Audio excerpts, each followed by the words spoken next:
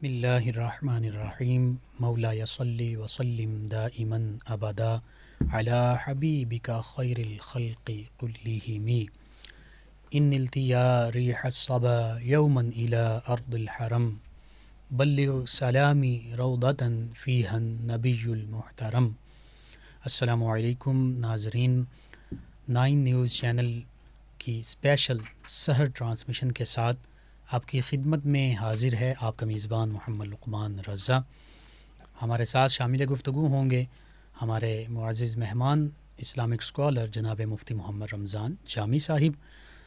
آج 10 رمضان المبارک کے یہ بابرکت لمحات، سحری کے تقدس بھری گھڑیاں، ہماری زندگی کا، ہمارے نصیب کا حصہ، اور 10 رمضان المبارک ام المؤمنین سیدہ خدیجۃ الکبریٰ سلام اللہ تعالی علیہا آپ کا یوم وصال ہے، تو اس حوالے سے ام المؤمنین سیدہ خدیجۃ الکبریٰ سلام اللہ علیہا کے تذکار پاک آج ہوں گے۔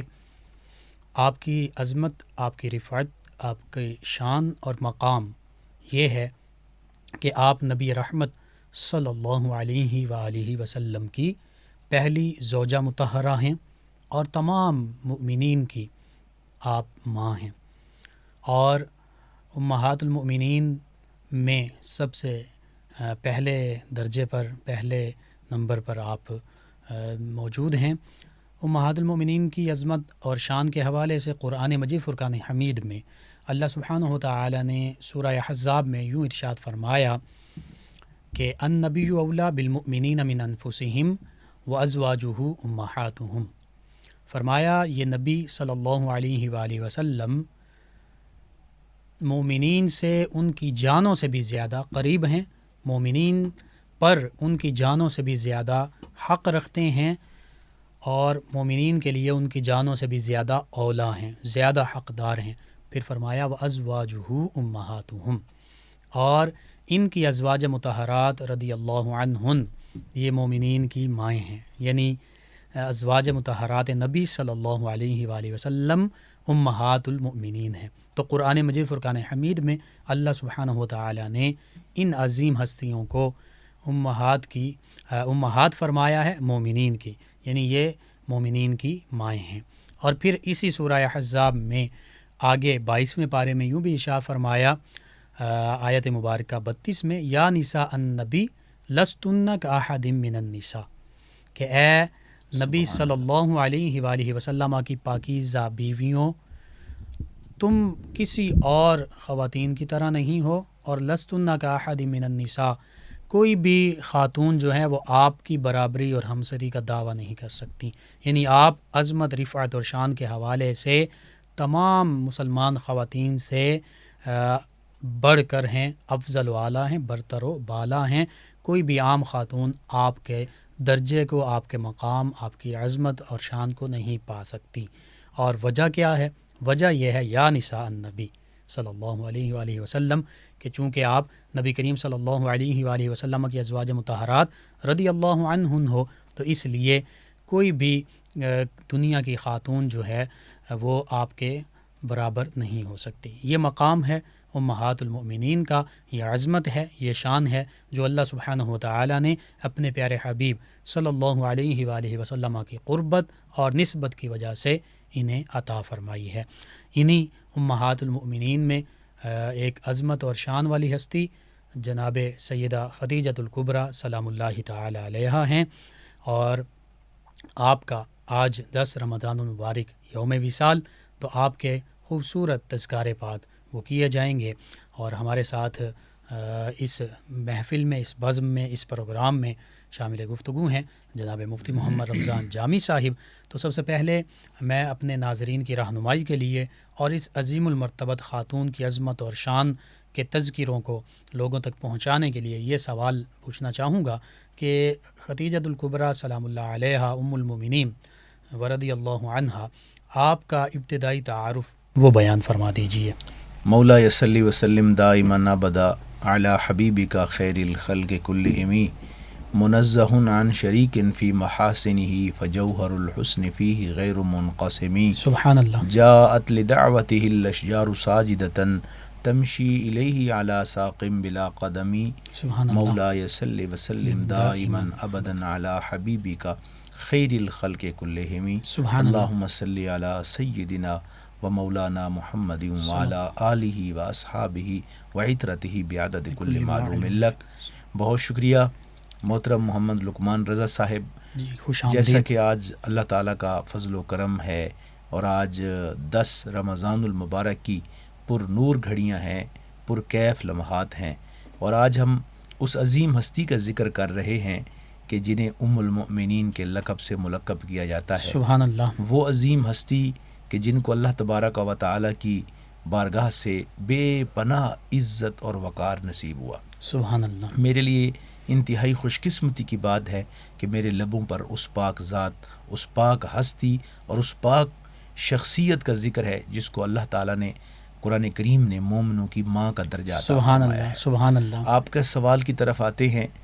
حضرت ام المومنین سیدہ خدیجۃ الکبریٰ سلام اللہ علیہا کا شمار ان خواتین میں ہوتا ہے، خواتین عرب میں ہوتا ہے جی، جن کو بے پناہ عزت عطا فرمائی۔ سبحان آپ اللہ۔ کا نام خدیجہ ہے اور آپ کی کنیت جو ہے وہ جو ہے ام ہند ہے، جی، اور اس کے ساتھ ساتھ آپ کے والد گرامی کا اسم گرامی خویلد بنت اسد ہیں، جی، اور آپ قریش کی ایک مشہور شاخ بنو اسد سے تعلق رکھتی تھی۔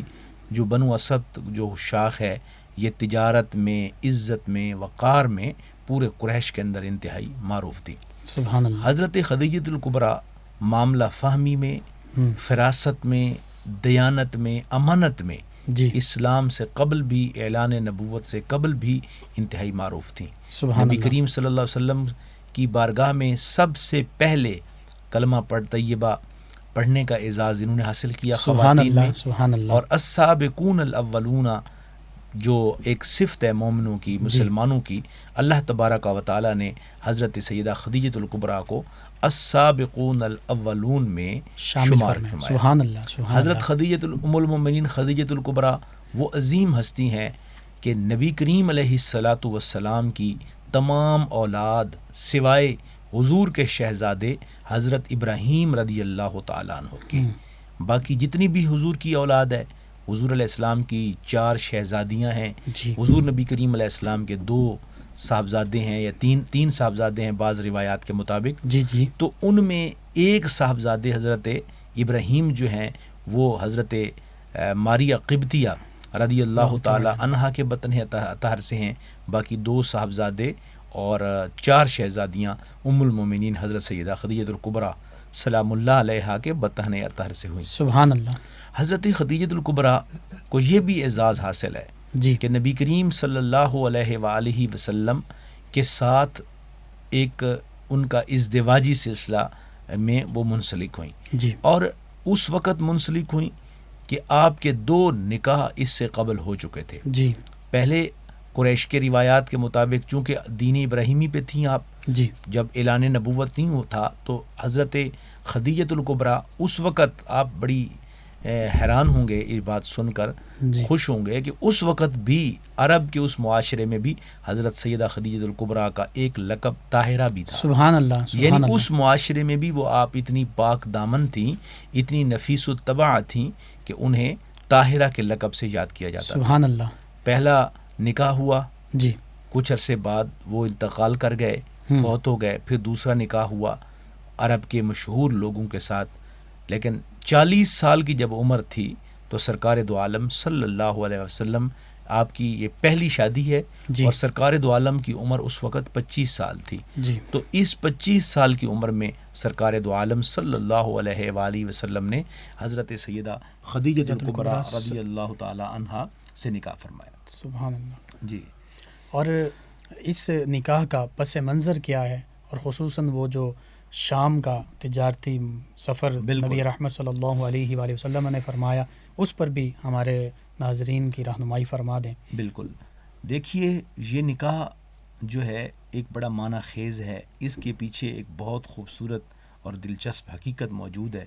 ٹھیک ہے، جیسا کہ عام معاشرے میں بھی جب ہم کسی بچی کا نکاح کرتے ہیں جی، تو ایک دوسرے کو پرکھنے کے لیے ہم تفتیش کرتے ہیں، جی، جو اسلامی سبق بھی ہے، خاندان کے بارے میں معلومات ہونی چاہیے، کردار کے حوالے سے پتہ ہونا چاہیے کہ کیسے اگلے شخص کے ساتھ، جس کے ساتھ ہماری بچی کا، ہماری بہن کا نکاح ہو رہا ہے، تو کردار کے اعتبار سے وہ شخصیت کیسی ہیں. بالکل ٹھیک ہے. تو یہ بھی ایک، ویسے نبی کریم علیہ السلام نے فرمایا نا کہ سفر جو ہے نا، سفر یہ ایک رازوں کی گتھلی ہوتی ہے جس سے راز نکلتے ہیں. صحیح. کسی آدمی کی پہچان کرنی ہو تو اس کے ساتھ سفر کر کے دیکھو. صحیح.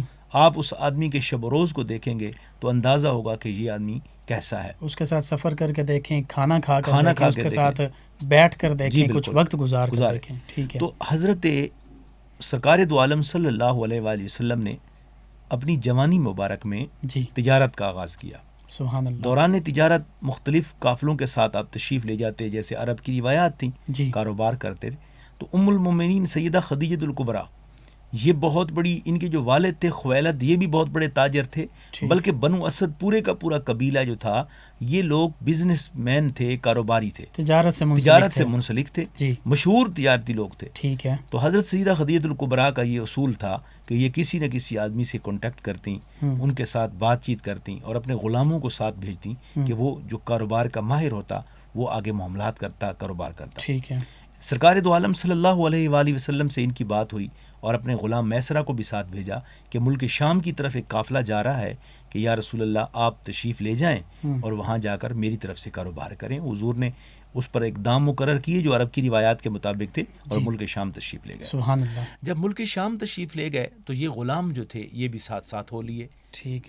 میسرہ نامی غلام ساتھ ہو لیے. جی. اب سرکار دو عالم کا پورا سفر انہوں نے دیکھا، حضور کا اٹھنا دیکھا، بیٹھنا دیکھا، تجار کے ساتھ، تاجروں کے ساتھ لین دین کو دیکھا، اور اس سفر میں دگنا منافع ہوا. سبحان اللہ. یہ بھی دیکھا. اور ظاہر ہے ایک بزنس مین کی تو نظر اس پہ بھی ہوتی ہے کہ منافع زیادہ ہو، لیکن میسرہ نے اس کاروبار کے ساتھ ساتھ اور بہت کچھ دیکھا. ظاہر ہے یہ میسرہ جو تھے یہ حضرت سیدہ خدیجہ الکبریٰ کے غلام تھے اور ان کو ہی آ کر، آپ کو ہی آ کر بتانا تھا سارا کچھ. تو لہٰذا جب یہ واپس آئے تو انہوں نے بہت سارے رازوں سے پردہ اٹھایا. وہاں پر کچھ جی یعنی کچھ ظاہری نشانیاں بھی دیکھی، کچھ روحانی باطنی نشانیاں بھی دیکھی. ٹھیک ہے. تو میسرہ نے وہاں پہ بتایا کہ میں نے جو باطنی نشانیاں دیکھی ہیں ان میں سے ایک چیز جو ہے وہ میں نے دیکھی کہ ایک ہم گرجے کے قریب سے گزرے، جی جس گرجے میں نستورہ نامی راہب رہتا تھا. ٹھیک ہے. تو وہاں گرجے کے قریب ایک درخت میں ہم نے پڑاؤ کیا تو سرکار دو عالم صلی اللہ علیہ وآلہ وسلم نے اس درخت کے نیچے آرام کیا. سبحان اللہ. تو میسرہ کہتے ہیں حضرت ام المومنین سیدہ خدیجہ الکبریٰ کو بتا رہے تھے جب کہ میں نے جب دیکھا کہ سرکار اس میں آرام فرما رہے ہیں درخت کے نیچے، تو وہ نستورہ باہر آیا اور مجھ سے پوچھنے لگا کہ یہ کون ہے. تو میں نے بتایا et ہمارے ساتھ تشریف لائے ہیں مکہ مکرمہ کے، محمد ان کا اسم گرامی ہے. اور انہوں نے کہا کہ کیوں، کیا بات ہے؟ تو نستورہ نے بتایا کہ بات یہ ہے کہ ہماری پرانی کتابوں میں یہ لکھا ہے کہ اس درخت کے نیچے جو شخصیت آرام کرے گی وہ نبی اور رسول ہوگی. سبحان اللہ. کوئی اور اس درخت کے نیچے آرام نہیں کر سکتا. تو آج میرا علم مجھے بتا رہا ہے کہ یہ ہستی جس کو آپ ایک کاروباری کہہ رہے ہیں، جس کو آپ یہ کہہ رہے ہیں کہ یہ بہت بڑے ایماندار تاجر ہیں، یہ نبی اور رسول منتخب ہونے والے. سبحان اللہ. اور پھر کیا ہوتا ہے کہ یہ حضرت خدیجہ الکبریٰ کو یہ بتاتے ہیں. آپ بڑی متاثر ہوئیں، اخلاق کے حوالے سے بتایا، کردار کے حوالے سے بتایا. تو اتنی متاثر ہوئیں کہ انہوں نے آپ کو جو ہے آپ سے متاثر ہو کر کہا کہ حضور مجھے تو بڑی خوشی ہوئی ہے اور میں چاہتی ہوں، میں تلاش میں تھی کسی ایماندار شخص کے. تو انہوں نے نکاح کا پیغام سرکار دو عالم. اور اس میں مفتی صاحب وہ بادلوں کا سایہ کرنا، جی بالکل. اور یہ پھر نستورہ راہب نے بھی اپنی جو کتابیں کتب سماویہ ان کے مطابق نشانیاں بتائیں. تو یہ ساری نشانیاں اس بات کو ظاہر کر رہی ہیں کہ یہ نبی بھی ہیں، یہ رسول بھی ہیں، یہ عظمت اور شان والی ہستی ہیں. اور اسی عظمت شان کو، مقام کو دیکھتے ہوئے ام المومنین سیدہ خدیجہ الکبریٰ سلام اللہ علیہا نے نکاح کا پیغام بھی بھجوایا. اور اس نکاح کا معاملہ جو ہے، پیغام کیسے بھجوایا گیا. اور اس میں ایک بات کا ایک اضافہ یہ بھی کروں کہ میسرہ نے سیدہ طیبہ طاہرہ سیدہ خدیجہ الکبریٰ کو یہ بھی بتایا کہ میں نے دوران سفر یہ بھی دیکھا کہ آپ کی اونٹنی کمزور ہے. جب تشریف اوپر رکھتے تھے، سفر کرنا شروع کر دیتے تھے تو اونٹنی صحت مند ہو جاتی اور رفتار بھی تیز ہو جاتی تھی، لیکن جب آپ اس سے اترتے آرام کرتے تو وہ ویسی پہلے کی طرح نظر آتی تھی، اور جب آپ اس پر سوار نہیں ہوتے تھے تو وہ اتنی تیز رفتار نہیں ہوتی تھی جتنی پہلے۔ اور پھر اس نے یہ بھی بتایا کہ میں نے مختلف مقامات پہ دیکھا کہ جب آپ رکتے تھے، جہاں پہ بیٹھتے تھے تو ہوائیں شروع ہو جاتی تھی، ہوائیں چلنا، یعنی اور بعض اوقات دھوپ، جب کڑی دھوپ ہوتی اور آپ گرمی کی شدت محسوس فرماتے تو اس وقت آپ کے اوپر بادل صاحبان رحمت بن کر آ جاتے، سبحان اللہ، سبحان اوپر چھاؤں کر دیتے تھے بادل۔ تو یہ ساری نشانیاں جو ہیں یہ ایک خاص انسان میں پائی جا سکتی تھی۔ تو جب یہ ساری باتیں میسرہ نے بتائیں تو متاثر ہوئیں، اور متاثر ہو کر نبی کریم علیہ السلام کی طرف نکاح کا پیغام۔ اور یہ نبوت سے پہلے جو نشانیاں ہیں، یہ چونکہ اظہار نبوت سے پہلے، نبی تو عالم ارواح میں ہوتے ہیں، نبوت کے لیے اللہ سبحانہ وتعالی نے نبوت، اظہار نبوت سے پہلے جو ایک نبی سے اس طرح کی چیزیں صادر ہوں جو عام عقل میں نہ آنے والے ہوں تو ان کو ارہاس کہتے ہیں غالباً۔ جی بالکل بالکل، سبحان اللہ۔ یہ ناظرین نبی رحمت صلی اللہ علیہ وآلہ وسلم کی عظمت اور شان ہے کہ ابھی آپ نوجوان ایماندار تاجر کے طور پر معروف ہیں، اور صادق اور امین بھی آپ معروف ہیں۔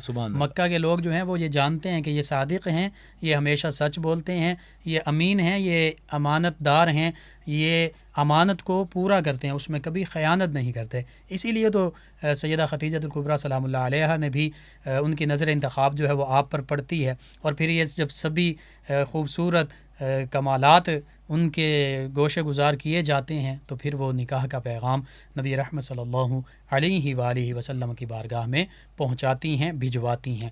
ناظرین سامعین، 10 رمضان المبارک اور یہ بابرکت لمحات، خوبصورت لمحات، تقدس بھرے لمحات، سحری کے اوقات، ان میں آپ کی خدمت میں ہم حاضر ہیں، اور ام المومنین سیدہ خدیجہ الکبریٰ سلام اللہ علیہا کے پاکیزہ تذکار مبارکہ جو ہیں وہ پیش کیے جا رہے ہیں۔ مفتی صاحب بہت خوبصورت گفتگو فرما رہے تھے۔ ایک بریک کا وقت ہوا چاہتا ہے، بریک کی جانب بڑھتے ہیں، اور بریک کے بعد دوبارہ آپ کی خدمت میں حاضر ہوں گے، ہمارے ساتھ رہیے گا۔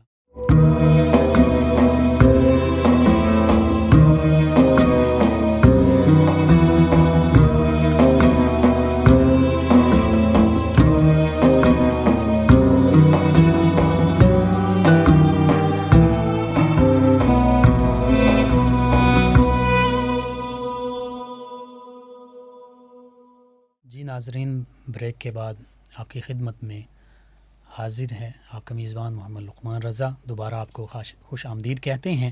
10 رمضان المبارک یوم وصال ام المؤمنین سیدہ خدیجہ الکبریٰ سلام اللہ علیہا، اور سحر کی اس اسپیشل ٹرانسمیشن میں 9 نیوز چینل کی جانب سے آپ تک سیدہ خدیجہ الکبریٰ سلام اللہ علیہا کے خوبصورت تذکار پاک جو ہیں وہ پیش کیے جا رہے ہیں آپ کی خدمت میں، اور یہ رمضان المبارک کے خوبصورت ایمان بھرے پر نور لمحات ان کو ہم سمیٹ رہے ہیں، اور ان خوبصورت لمحات میں پاکیزہ ہستیوں کے تذکرے کر کے اپنے قلوب و اذہان کو ہم روشن منور کر رہے ہیں۔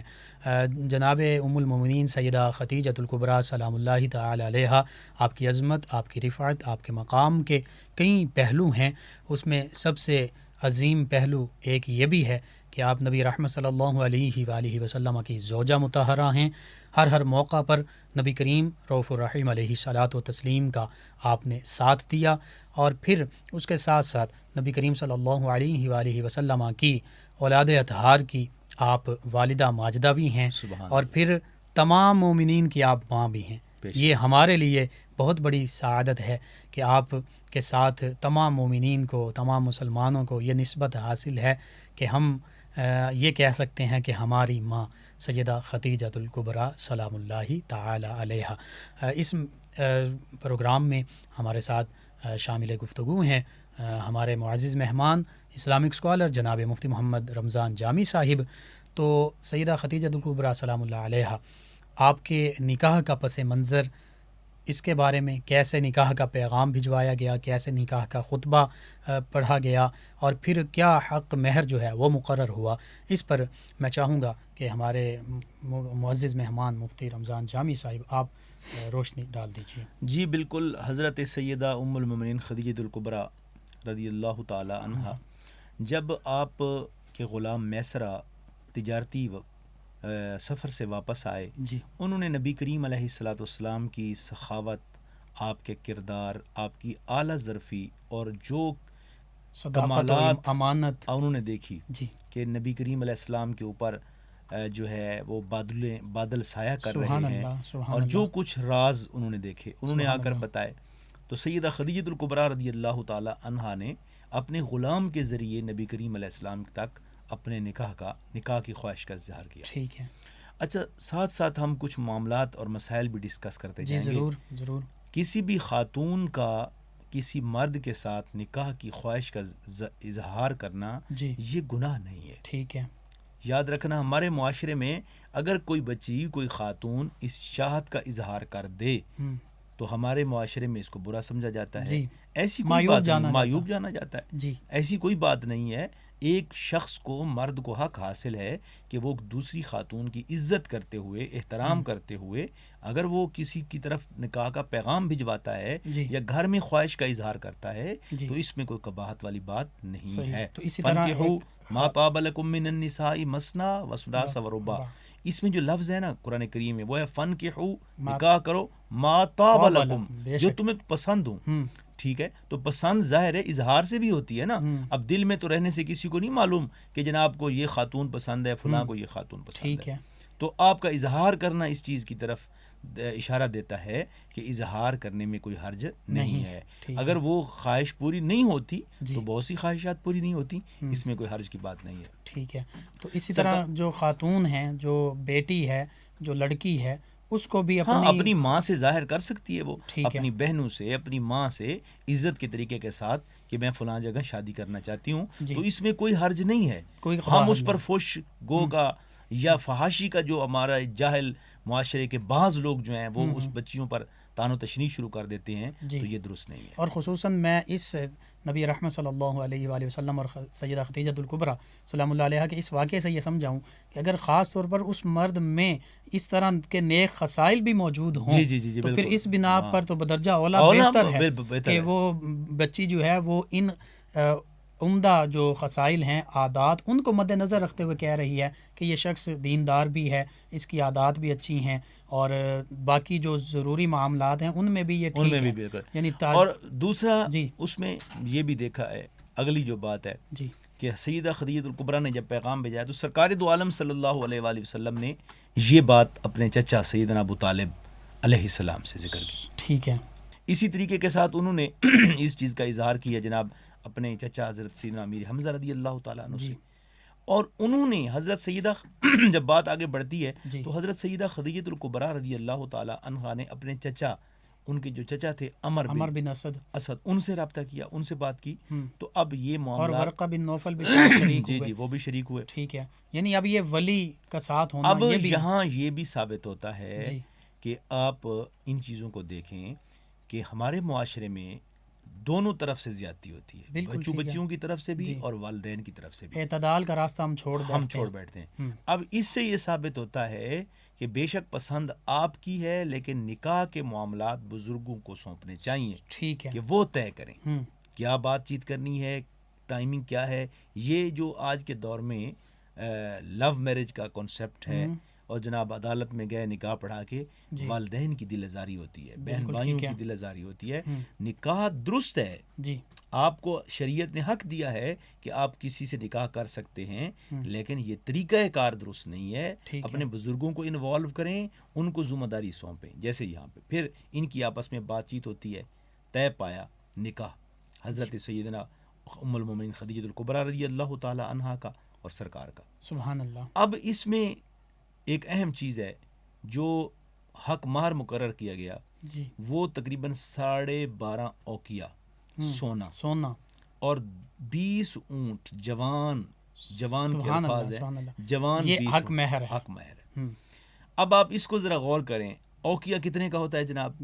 آپ ہی ہماری رہنمائی فرمائیں۔ ایک اوقیہ تقریباً 200 گرام کا ہوتا ہے، ٹھیک ہے، تو تقریباً یہ 2.5 کلو سونا بنتا ہے، بالکل 2.5 کلو سونا، اور ساتھ جو ہے جوان اونٹ 20، وہ بھی بہت قیمتی۔ آج ذرا دیکھ لیں، ایک اونٹ جو ہے وہ کم از کم 1.5-2 لاکھ روپے کا ہے. ٹھیک ہو گیا. ہلکے سے ہلکا اونٹ جو ہے وہ1 لاکھ روپے کا ملتا ہے. تو 20 لاکھ کے اونٹ ہو گئے. اور ہمارے معاشرے میں کیا ہے, یہ ام المومنین مومنوں کی ماں کا حق بنا ہے. اس میں ہمیں یہ دیکھنا ہوگا کہ آج ہم یہ میں اصلاح بھی اور اگر 2.5 کلو سونا جو ہے اس کی قیمت آپ لگا دیں تو تقریباً 1 لاکھ کے قریب سونا پہنچ چکا ہے. جی تولہ 1 لاکھ کے قریب تولہ پہنچ چکا ہے. اور جی تولے میں تقریباً 11 سے کچھ زائد گرام ہوتے ہیں. جی بالکل ٹھیک ہے. تو یہ تو تقریباً 11 گرام ایک تولے میں یہ تو کروڑوں روپے بنتے ہیں. یہ 100 تولے تقریباً 100 تولے 1 کلو میں بنتے ہیں تقریباً کم و بیش. تو یہ تو پھر 250 تولہ سونا بنتا ہے تقریباً 250 تولہ سونا. تو یہ آپ اس کو لاکھ سے ضرب دے دیجئے یا 80,000 سے ضرب دے دیجئے تو یہ بھی لاکھوں میں بنتا ہے. اچھا اس میں پھر آگے جو بات بڑی اہم ہے وہ یہ ہے کہ حق مار ہمارے معاشرے میں کیا ہوتا ہے. جی ہمارے معاشرے میں یہ ہوتا ہے کہ آپ لوگوں کو دکھانے کے لیے بچی کو جو گفٹ دیتے ہیں نا جی وہ لاکھوں کے ہوتے ہیں. جی لیکن جو اس کا حق ہے شوہر کی طرف سے شرعی حق جو ہے ہم اس کو دبا دیتے ہیں. بالکل ہم اس کو دنیا داری کا نام دیتے ہیں, اپنی عزت کا نام دیتے ہیں, مختلف نام دے کر ہم کہتے ہیں نہیں. بہت ساری جگہوں پہ نکاح کی مجلس میں جانے کا اتفاق ہوا. جی لاکھوں روپے کے تحائف دینے والے جب بات آتی ہے حق مار کی کہیں کہ جی حق مار کتنا تو کہتے ہیں جی 500 رکھ لو مولوی جی 500 روپے کافی. ہم شرعی لوگ ہیں بھائی. شریعت آپ کو حق مار میں نظر آتی ہے, باقی کاموں میں نظر نہیں آتی. پھر شریعت یہاں اس کا حق تھا شوہر کی طرف سے جی کہ وہ اس کو اتنی مقدار میں قنطارا یؤدیہ الیک. قرآن کریم میں اللہ تعالیٰ ارشاد فرماتا ہے کہ ڈھیر مال بیوی کا حق ہے جو شوہر کی طرف سے لازم ہے تو اس کو وہ نہیں دیتے. اور پھر کیا ہوتا ہے والدین تحائف 10 لاکھ کے 20 لاکھ کے دے دیتے ہیں 2 لاکھ کے جہیز کی صورت میں. لیکن ان کے اوپر لازم ہے باپ پر کہ اپنی وراثت میں سے بچی کو حصہ دیں. وہ نہیں دیتے. تحائف میں دے دیں گے لیکن جو فرض ہے وہ نہیں دیتے. ادھر حق مار فرض ہے یہ نہیں دیتے اور جناب اس کی صورت میں اس کو کم کر دیتے ہیں. تو حضرت سیدہ خدیجہ الکبریٰ یہ طے ہوا اور اس کے بعد حضرت ابو طالب علیہ السلام نے خطبہ نکاح پڑھا. سبحان اللہ. یہاں خطبہ نکاح 2 ہوئے, ایک عمر بن اسد نے پڑھا اور دوسرا جو ہے ان کی طرف سے حضرت ابو طالب نے پڑھا. خطبہ کیا تھا بڑا دلچسپ ہے. ہمارے معاشرے میں ہمیں اتنی جلدی ہوتی ہے نکاحوں میں. اصولی بات یہ ہے کہ وہ زندگی کا آغاز ہو رہا ہے, ایک نئے سفر پہ وہ نکل رہے ہیں. اللہ کا نام لے کر آپ نکاح کی مجالس میں جائیں, تقاریب میں جائیں, گانا ہوتا ہے, عجیب و غریب قسم کا ساؤنڈ سسٹم لگا ہوا ہے, لغویات میں پڑ جاتے ہیں. اب آپ زندگی کا آغاز کر رہے ہیں. کل امر ذی بار لم یبدا بسم اللہ فهو ابتر. ہر وہ کام جو اللہ کے نام سے شروع نہ کیا جائے وہ قطع ہو جاتا ہے, وہ غلط ہو جاتا ہے, ٹوٹ جاتا ہے. اور آپ شادی کے موقع پر نکاح کی تقریب میں ایسی آپ نے گانے شروع کیے ہیں, حالانکہ وہاں تلاوت ہونی چاہیے, نعت رسول مقبول ہونی چاہیے.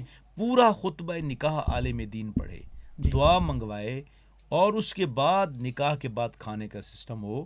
تو اگر یہ میوزک سسٹم ہمارے معاشرے میں جو رائج ہو چکا ہے کرنا ہی ہے تو یار اس خوبصورت نشست پہ تو نہ کریں. ٹھیک ہے, اس کو بابرکت بنائیں اللہ کے نام کے ساتھ. کیوں عام حالات میں بھی میوزک درست نہیں ہے, غلط ہے, حرام ہے, لیکن اس خوبصورت موقع پہ اس کو لا کر ہم اس خوبصورت موقع کا, اس نیک موقع کا مذاق اڑاتے ہیں. حضرت ابو طالب نے جو خطبہ پڑھا وبال نہیں بنا لیتے, وبال بنا لیتے. جی سیدنا ابو طالب نے خطبہ پڑھا. خطبہ کیا تھا؟ اللہ تعالیٰ کی تعریف تھی. حضرت ابراہیم علیہ السلام کے دین پہ وہ لوگ تھے اس وقت, تو حضرت ابراہیم علیہ السلام کے دین کی تعریف ہے, حضرت اسماعیل علیہ السلام کی, اور پھر اپنے خاندانی پورا پس منظر بتایا جا رہا ہے, عزت وجاہت مقام پورا, تاکہ تمام خاندانوں میں کوئی کنفیوژن نہ رہے. ٹھیک ہے. اور یہاں میں یہ بھی عرض کرتا چلوں, ہمارے بعض کیسز ایسے بھی ہوتے ہیں کہ جن کیسز میں ہم ایک دوسرے سے لڑکی اور لڑکے والے معاملات کو چھپا کر رکھتے ہیں. حضرت ابو طالب کا خطبہ یہ بھی ہماری رہنمائی کرتا ہے کہ اگر کوئی بات خاندان کی رہ گئی ہے تو وہ خطبے میں بیان کر دو, تاکہ جتنے بھی شرکاء اس مجلس میں ہیں سب کو پتہ چلے کہ یہ محمد صلی اللہ علیہ وسلم کا خاندان ہاشم کا خاندان ہے, عبد مناف کا خاندان ہے, کس کا خاندان ہے.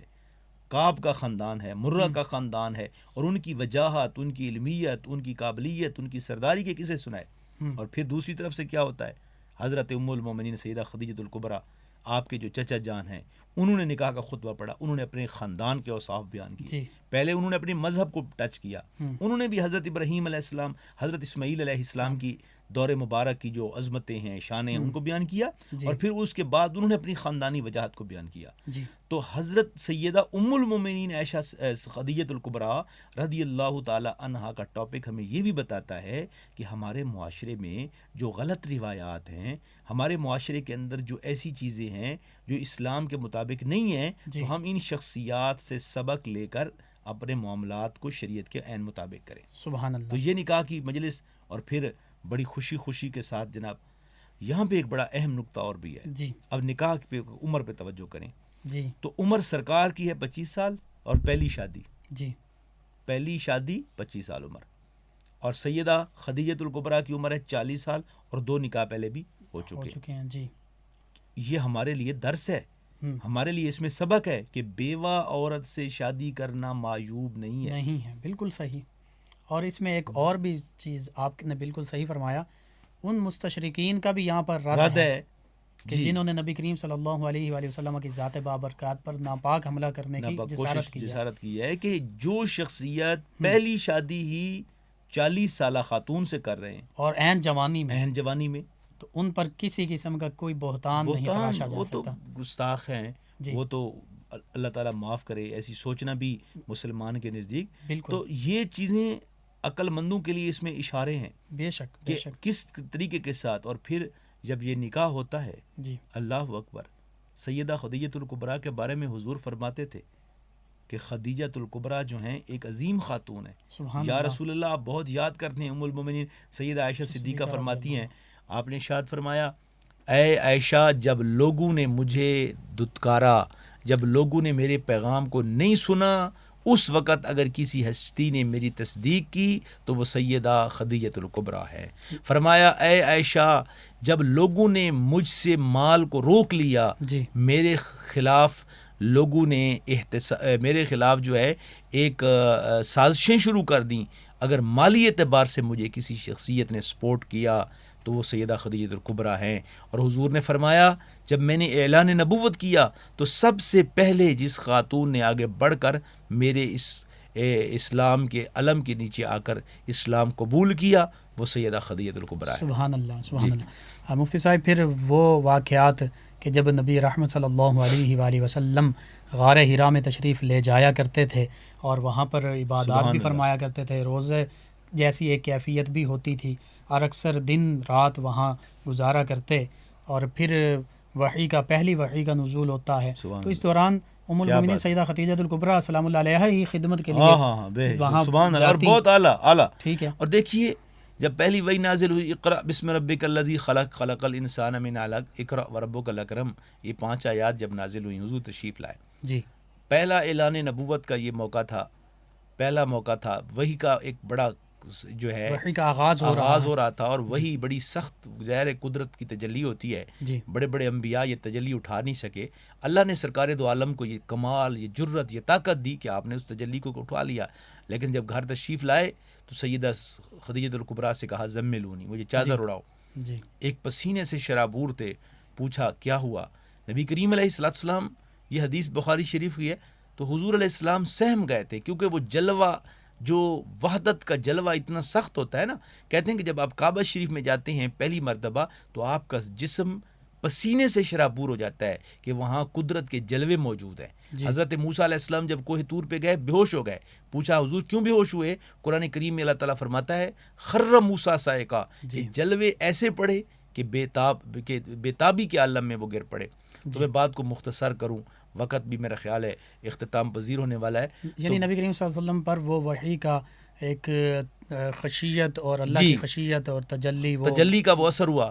تو آپ تھوڑے سے آپ کے اوپر ایک پریشانی کی کیفیت طاری ہوئی، تو حضرت خدیجۃ الکبریٰ نے وہاں پہ جو کردار ادا کیا وہ الفاظ امر ہو گئے. سبحان اللہ. یا رسول اللہ صلی اللہ علیہ وسلم، آپ کا کوئی کچھ نہیں بگاڑ سکتا. آپ غریبوں کے، یتیموں کے، لاوارثوں کے، مساکین کے، آپ مأوا و ملجا ہے. سبحان اللہ. یا رسول اللہ آپ بھوکھوں کو کھانا کھلاتے ہیں, سبحان اللہ. ننگوں کو کپڑے پہناتے ہیں.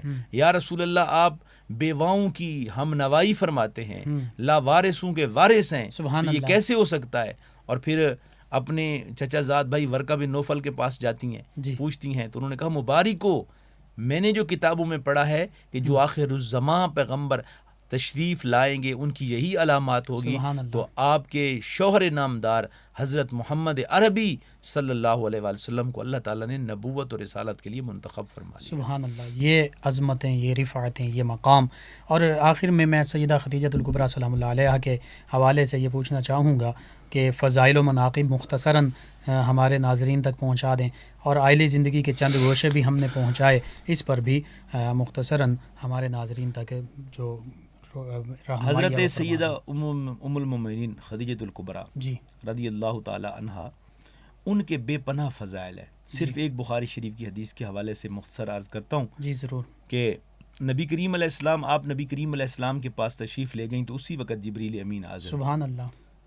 انہوں نے, جبریل نے جب دیکھا سیدہ خدیجہ الکبریٰ تشریف لائی ہیں, جی. تو جبریل امین نے نبی کریم علیہ السلام سے عرض کیا, یا رسول اللہ آپ میری طرف سے بھی اور اللہ کی طرف سے بھی سیدہ خدیجہ الکبریٰ کو سلام پہنچا دیں. سبحان اللہ. سبحان اللہ. یعنی اللہ کا سلام جن کے لیے آئے ان کی عظمت اور شان. اور فرمایا, اللہ تبارک و تعالیٰ ارشاد فرما رہا ہے کہ موتیوں کا ایک گھر ہے جنت میں. سبحان اللہ. اور اتنا چمکدار ہے, خوبصورت ہے, جس میں نہ کوئی شور ہے, سبحان اللہ, نہ کوئی وہم ہے, سبحان اللہ, نہ کوئی ڈر ہے, سکون ہی سکون ہے.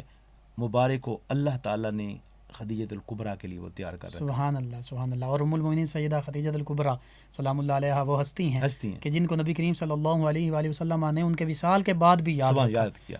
حضرت عائشہ صدیقہ فرماتی ہیں کہ میں حیران ہوتی تھی جی کہ ایک بوڑھی خاتون سے سرکار اتنی محبت. کہتے ہیں کہ حضور علیہ السلام نے اگر بکری ذبح کی تو اس کا ایک بڑا حصہ ان عورتوں کو بھیجا جو سیدہ خدیجۃ الکبریٰ کی سہیلیاں تھیں. محبت کا اظہار فرمایا جا رہا ہے. اور پھر بار بار یہ فرماتے تھے کہ اس خاتون نے, اور دیکھیے اتنی بڑی فضیلت سیدہ خدیجۃ الکبریٰ کی ہے کہ اللہ تعالیٰ نے ان کی اولاد کو دنیا اسلام کی عظیم ترین اولاد بنایا. سبحان اللہ. سبحان اللہ. حضرت سیدہ فاطمہ الزہرا خاتون جنت ہیں, سیدہ زینب ہیں, رقیہ ہیں, ام کلثوم ہیں. جی. یہ حضور کی جو شہزادیاں ہیں انہوں نے تاریخ اسلام میں بڑا کردار ادا کیا.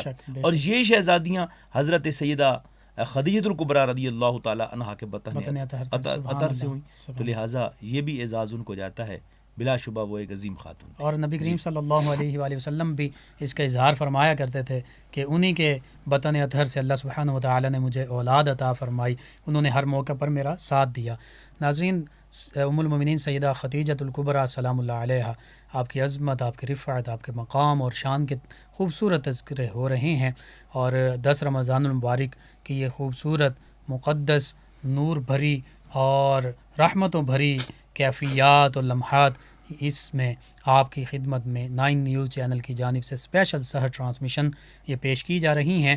آخر میں اپنے معزز مہمان جناب مفتی محمد رمضان جامی صاحب سے یہ درخواست کرتا ہوں کہ آپ دعا فرما دیں, ہم بھی دعا میں شامل ہو جائیں. اللہم صلی علی سیدنا و مولانا محمد مبارک وسلم.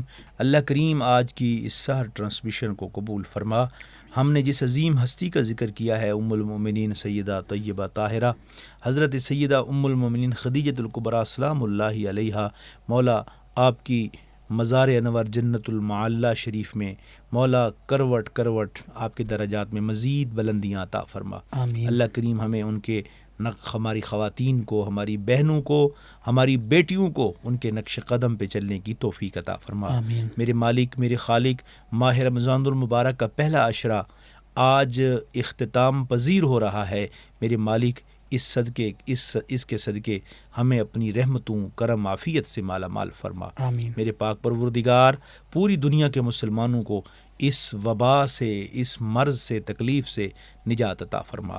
صلی اللہ تعالی علی خیر خلقہ محمد وعلی آلہ وصحبہ اجمعین. جی ناظرین, آپ 9 نیوز چینل کی اسپیشل سحر ٹرانسمیشن ملاحظہ فرما رہے تھے اور پروگرام کا وقت ختم ہوا چاہتا ہے. اپنے میزبان محمد لقمان رضا، ہمارے معزز مہمان مفتی محمد رمضان جامی صاحب، ہماری ٹیم کو اجازت دیجیے۔ آخر میں ایک کلام آپ کی سماعتوں کی نظر کرتے ہیں۔ اللہ نگہبان۔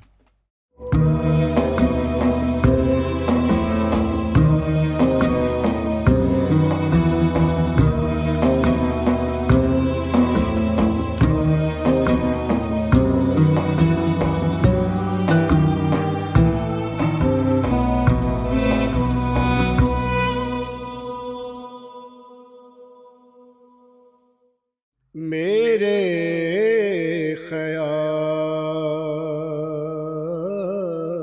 کو نسبت ہوئی مدینے سے، میرے خیال کو نسبت ہوئی مدینے سے،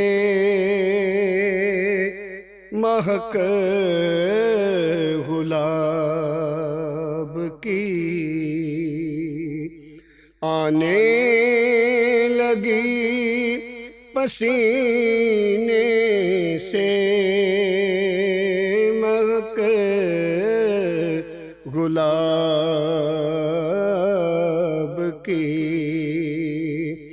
آنے لگی پسینے سے، میرے خیال کو سنو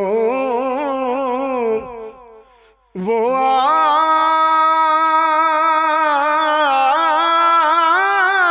آتش دوزخ میں ڈوب جاتا ہے،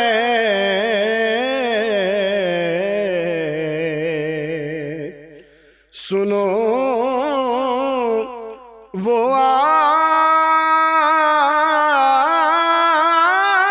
آتش دوزخ میں ڈوب جاتا ہے،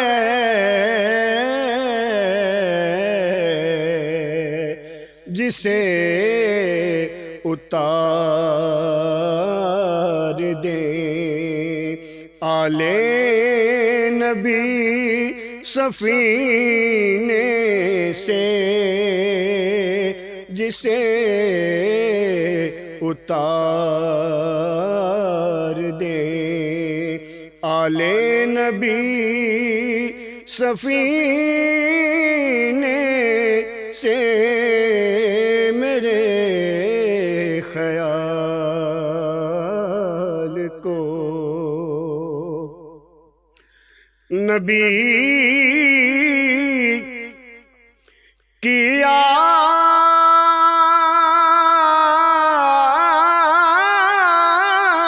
سے الفت نہیں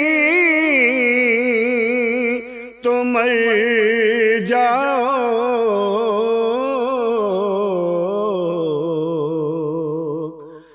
نبی کی آل سے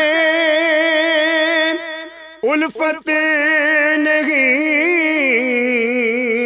تو مر جاؤ،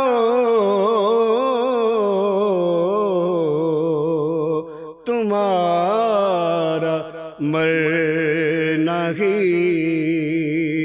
بہتر ہے ایسے جینے سے، تمہارا مرنا ہی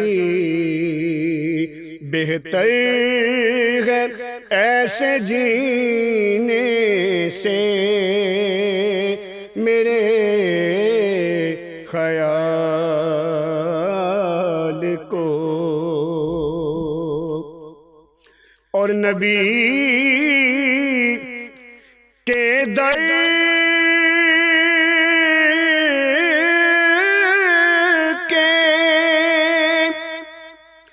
گدا تو رئیس ہے محسن،